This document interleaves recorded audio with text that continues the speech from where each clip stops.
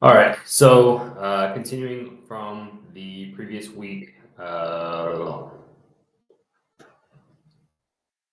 right, so finishing up the month of March with our topic of injury prevention efforts. We talked about the kind of preseason screening, leading that into the prehab programs, and then now we're into the training adaptation. So, really, what we're trying to achieve when we're applying different programs, this could be for rehabilitation purposes or injury prevention purposes, trying to increase performance. There's lots of different applications here, but knowing what you're trying to achieve in your training program so that you can measure success or failure of the actual program. And obviously, this needs to be individualized. But like I said, this will round out the month of March, and then this should finish up the injury prevention topic. So, give the overview. The training adaptations are vast. There's tons of different effects that take place depending on the different style of training that's being applied, and there's both acute versus chronic effects. So, considering what's happening to all of these different tissues, what's happening to these different systems across the time frame, whether that is really immediate or acute, and you're talking about really 24 to maybe 72 hours versus the more chronic effects where you're getting some of these adaptations or maladaptations depending on how they're being applied. And so really you're looking at the neural components, the muscular components, the connective tissue, cardiovascular, and hormonal. And each of these is going to be adapting to whatever the exercise is, and it adapts according to whatever the imposed demands are. So if you're applying lightweight for high volume, for example, you're going to get a lot more endurance type effects. Whereas if you do higher weight for low volume, then you're going to get a lot more strength effects. And it's a continuum. It's not necessarily this or that, but it's a hybrid there between, and it shifts the balance a little bit one direction. So paying attention to all of these different systems and tissues will help you to kind of plan out whatever it is that you're trying to achieve within your training adaptations. So if you're really trying to increase somebody's ability to recruit a neuromuscular junction or neuromuscular unit, how are you going to target that through your exercise selection? How are you going to cue the performance of the exercise? Is that going to be something that's done slow and controlled, which tends to be done for things like muscle hypertrophy? Or is this going to be something that's really rapid and explosive on the concentric? Those things tend to be a bit more neural in adaptation than some of these other adaptations, but we'll go through each of these.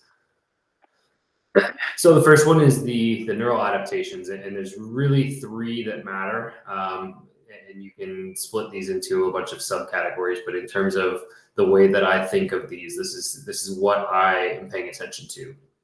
Motor unit recruitment. So how many actual motor units are you involving in the process of contracting a muscle? So if I go to pick up a pencil, you're going to pick up very few motor units because it's so light of a weight that you don't need the full muscle engagement. If, for example, you're probably going to use more of like your hand muscles or your forearm muscles as opposed to your arm and shoulder, maybe even your back muscles. Whereas if you go to pick up something really heavy, let's say you go pick up a barbell, now you're adding a little bit more weight and your hand isn't strong enough to pick it up by itself. Your forearm might not be strong enough to pick it up by itself. You have to start to rely on some of these larger muscles. So you're getting a little bit more of the upper arm and the shoulder involved.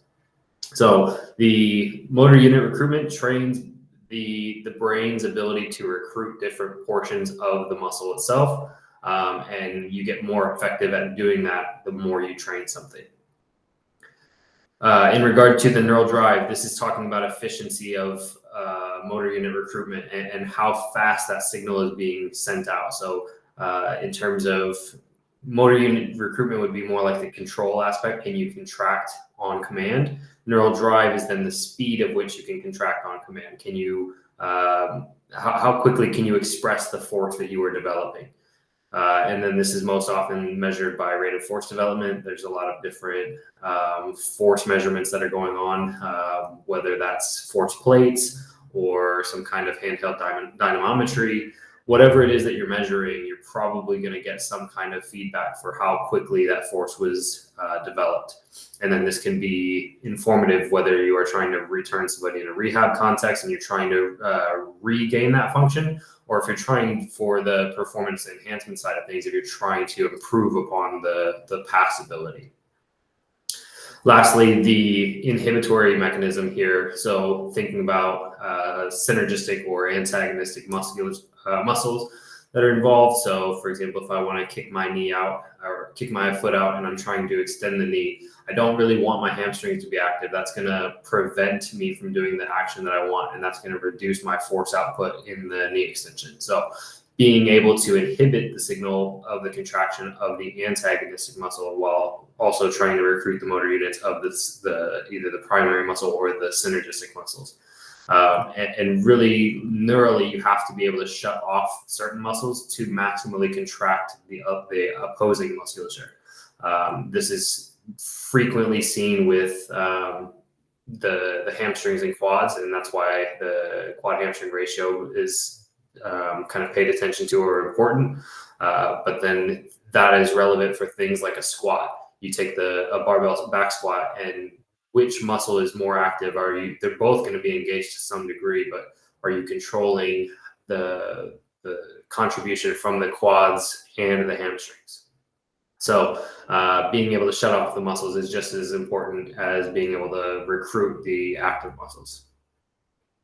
And then the chart on the right here, the timing of the different adaptations take place across time, and the quickest thing that you see is the neural adaptation. So learning a skill, refining the movement pattern is the quickest way you're going to improve somebody's performance. It takes a lot longer for the muscle to actually develop, and the strength can go up with it, but you see this big spike in performance, and most commonly that's attributed to the neural development, whereas true strength development or force capacity of the muscle, like the muscular hypertrophy, is going to take a lot longer to develop, and those can continue for some period of time afterwards. But that initial spike in performance is usually attributed to the neural adaptations. Next, we move into the muscular system, and so you see the kind of 4 different categories of improvement that can happen across the muscles. The main one is, or the easiest one to discuss, is muscle hypertrophy, and this is often measured by cross-sectional area or total cross-sectional area. And basically the principle there is the larger the cross-sectional area, the stronger the muscle, the more force you can output. And that's commonly measured either by like muscle volume, or you can just do the force measurements of the muscle. It's a bit tricky to isolate muscles for force production, but you can get a decent idea based on the action of the muscle. So for example, handheld dynamometry for knee extension, you're going to get pretty good isolation of the quads. You're not going to have a ton of involvement from, say, the abs, I guess, for one synergist muscle. Architecturally, you're going to see a little bit different structural changes depending on what the command or the cues are of these exercises. And so focusing on the eccentric is a big thing in terms of like fascicle length. You're going to get a lot more lengthening or stretching of the muscle if you focus on the eccentric action. And that's common with stretches as well. You can really improve somebody's fascicle length by changing the length of the muscle with tension. Whereas the pennation angle, this tends to be more correlated with strength, and you see more acute pennation angles if you are lifting heavier weights. So the adaptation there, if you want somebody to be stronger, you tend to lift heavy weights. You're going to get that decreased pennation angle, and then you're going to have a correlated cross-sectional area. Whereas a steeper pennation angle tends to be involved with speed of contraction. And so for long muscles that need to contract a long distance across a short period of time, such as the hamstrings, maybe you want to train away from some of those slower acute pennation angles. Maybe you want some of that longer musculature. Muscle fiber type, and this is going to depend on what the activity is and the actual genetic makeup of the individual. But you can actually shift your genetic or your muscle fiber makeup or composition according to what your training plan looks like. So if you do nothing but run marathons, you're probably going to have a lot of type 1 muscle fibers. Whereas if all you ever do is sprint, you're probably going to have a lot more of the type 2X muscle fiber. So depending on what you do and how often you do it, the muscle fiber composition can shift one way or the other. And that goes for each individual muscle. So the calf tends to be very type 1, more endurance style, whereas the quad would be a little bit more type 2, where you get a little bit more of that power and explosivity. Mitochondrial density ties in with the same concept there of the more endurance type musculature. So you can actually increase your mitochondrial density if you train endurance activities. So if you're doing high reps for low intensity or low magnitude, then you get a lot more endurance type adaptations, and one of those is the result of mitochondrial density. So everybody knows from biology 101 that the mitochondria is the powerhouse of the cell, produces lots of energy to be then used. And so if you have more mitochondria dense within the musculature, then you're going to have a lot more energy production, and you're going to get a lot more efficiency when you're contracting that muscle. Cardiovascular adaptations, these are all pretty well understood. You don't really need to go into too much depth here, but basically the VO2 max adaptation is your body's ability to transport and use oxygen. And this is partially contributed by the blood that's being pumped by the heart. And then the cardiac output is a big factor in terms of what your body's actually kicking out through or your heart is kicking out through your body. And basically that's just a factor of your pulse rate, how fast your heart is beating, beats per minute, and your stroke volume. So how much blood your heart is pumping out with every contraction. One other factor there in terms of blood supply to the muscle is the capillary density. And so similar to like the mitochondria density, you can actually improve the blood supply to a muscle if you train it often. And the benefit there is that you have a lot more of that gas exchange happening locally. And so you get a lot more of the oxygen delivery and then the carbon dioxide transport. Connective tissue. So a lot of people think about it in terms of lifting weights. You are strengthening the muscles, but you actually strengthen pretty much everything. So your bones are going to get stronger, your tendons are going to get stronger, your ligaments get stronger, your cartilage gets stronger. Everything gets stronger under high forces. So the difference here, and I like the illustration of the graphic on the right. If you're doing more like running plyometric training where there's high compression forces, you're still going to get high forces translated to these different structures. But you're probably not going to have as much of the tensile forces from the muscle actually contracting and pulling on the bone.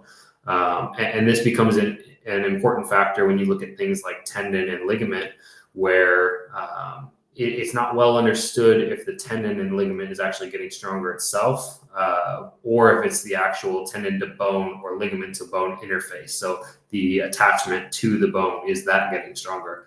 And this is relevant for things like avulsion fractures, where the bone itself is pulling away, or if you have the tendon avulsion, where you get the tendon actually disconnects with the bone. So important considerations there depending on injury history or targeted training adaptations. Hormonally, you get a ton of effects from exercise, and you can talk about this for hours and hours and hours.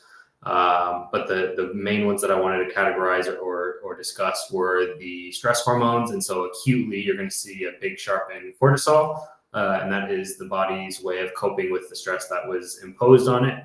You're going to see epinephrine or adrenaline, and again, this is going to be to cope and basically survive. It's the homeostasis response of the body to try to maintain things like blood supply to the organs, oxygen delivery, all those kinds of things. Post exercise, and typically this is going to be more along the lines of post anaerobic exercise where you're doing heavy resistance training, you're going to get release of growth hormone and testosterone, and these tend to be anabolic in nature, and that's why you see some of these strength or hypertrophic effects. The hormones play an important role there in producing all of the physiologic changes. And so having those hormones free floating after exercise is beneficial for adaptation and rebuilding. Endorphins are typically known to be masking of pain, and so these will actually get more effective if you train it often. So this is where people talk about like the runner's high, for example. Your body releases a ton of endorphins to fight the pain that you're facing when you're going for these long runs. Your muscles are going to start to ache, your bones and your joints are going to start to ache, but your body will get more efficient at pumping out endorphins, and you're going to feel less pain so that it'll allow you to continue to train and progress. For the literature review, usually I keep this pretty short with a couple of articles to read and a couple of videos to watch, but I think the important one here is the channel provided by Dr. Jacob Gooden, and he has the CSCS study guide or review course. He's got a playlist on YouTube, and it's all really good material, specifically relevant to this chapter or this week's topic of the different adaptations. He's got basically a video dedicated to every single adaptation that your body will go through. And so all the things that I mentioned kind of briefly, if you want to take a deeper dive, you can check out his channel and go to these different links that are posted and watch it more at length. I think most of these are somewhere between 10 and 20 minutes long, and you can dive in as deep as you want to. He's got a bunch of good content. NIH, this is kind of an intro to the different adaptations to endurance and strength, and then separating the effects that you're likely to see with those. So what's the difference between going out and running versus lifting heavy weights? Physiopedia, these are the more principles or intro to the exercise physiology and what's actually happening to the body. So there's some good introductory information there. And then the last one is just kind of a fascinating video provided by the Institute of Human Anatomy. This is what exercise does to your muscles. And so they go through a deeper dive of the actual human anatomy and what changes are happening to the anatomy with exercise. So they do a really good job of providing entertaining content. That's pretty fun to watch. So this week's paper was a meta-analysis, and they were looking at the effect of neuromuscular injury prevention programs and the effect that they had on injury rates. So they did a review of a total of 14 papers, and these were all randomized controlled trials, and with a total of 704 participants across a number of different sports. I think it said like 71% of which were soccer. So the bulk of the participants here were soccer, and that's consistent with most research because they're trying to implement the FIFA 11 injury prevention program or FIFA 11 plus injury prevention program. So a lot more research exists on injury prevention programs for soccer as opposed to these other sports, but there were some research papers put out on these different sports. They were reviewing for youth sports specifically, so the age here makes sense. 10 to 19 was the total age range, and I believe the average was around 14 years old. So for the different programs that they were looking at, the FIFA 11 Plus was the most commonly cited within these papers. That's pretty well documented in terms of its efficacy of injury prevention efforts, and some of these studies were a bit older, and so, they cited the prior version of the FIFA 11 Plus, which was the FIFA 11. It's essentially the same program, it just was improved upon. So some of them still cited that older program as opposed to the more modern one. Prevent injury and enhance performance is a different injury prevention protocol, and basically they went through. Basically, it was a warm-up. They went through like some stretching, some strengthening, some dynamic or like some plyometric work and some agility work. And then that's pretty similar to the Hormonal injury prevention program with the addition of core stability. And then the last piece here, some of the papers that were included in this study were either performing their own modifications of these different programs. Maybe they just cut out some of the things to save some time. Some of them were adapted for children specifically, made more appropriate for the loads that children are going to face. So it was some form of these 4 injury prevention programs. What they found, there were small effects in favor of balance and stability, leg power, isokinetic, hamstring and quad strength, and quad to hamstring ratio. Specifically for the balance and stability, they had both a static and a dynamic component. So that would include things like landing mechanics versus just postural balance. And then for the quad to hamstring ratio, they noted that it was a significant effect for the slow speed, not for the fast speed. So the 60 degrees per second was a significant effect, but it wasn't for the 240 degrees per second. They found a large effect for sprint ability and for sport-specific skills, but they were a little bit less clear on why that would be for sport-specific skills. For the sprint ability, they had 3 separate components, and the 2 biggest effects were for acceleration and change of direction. And they attributed this to the nature of most of these injury prevention programs being a little bit more plyometric in nature and working on agility work as opposed to working on linear speed development. So some of the adaptations they were able to kind of attribute to the style of the injury prevention program as opposed to just a large effect all across the board. Interestingly, what they summarized for the small effects here is that they all seem, even though they're all small effects, they seem to prevent injury as a whole. And so it might be the interaction between a couple of these. So if your leg gets a little bit stronger, and then you also improve your posture a little bit in your change of direction, you get a little bit more effective in your knee positioning, for example. Now you have a better aligned knee combined with more slightly increased strength. And then those together can be beneficial in terms of preventing injury.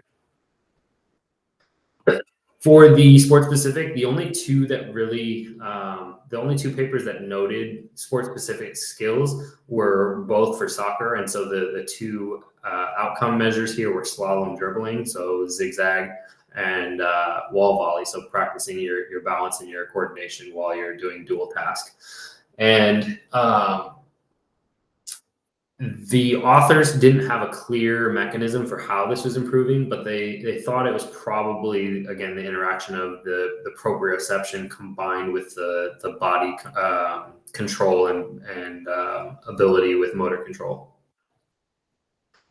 For the different variables that they were discussing or measuring, the high-level athletes versus the low-level athletes, the effects were higher for the high-level athletes, and they gave a couple of reasons. They thought maybe that the high-level athletes had better coaches, and so the coaches could appropriately cue and modify the injury prevention program. If they saw them doing it with poor technique, they would correct it, whereas they said the low level might have lower resources. And so the coaches weren't as capable of creating those modifications.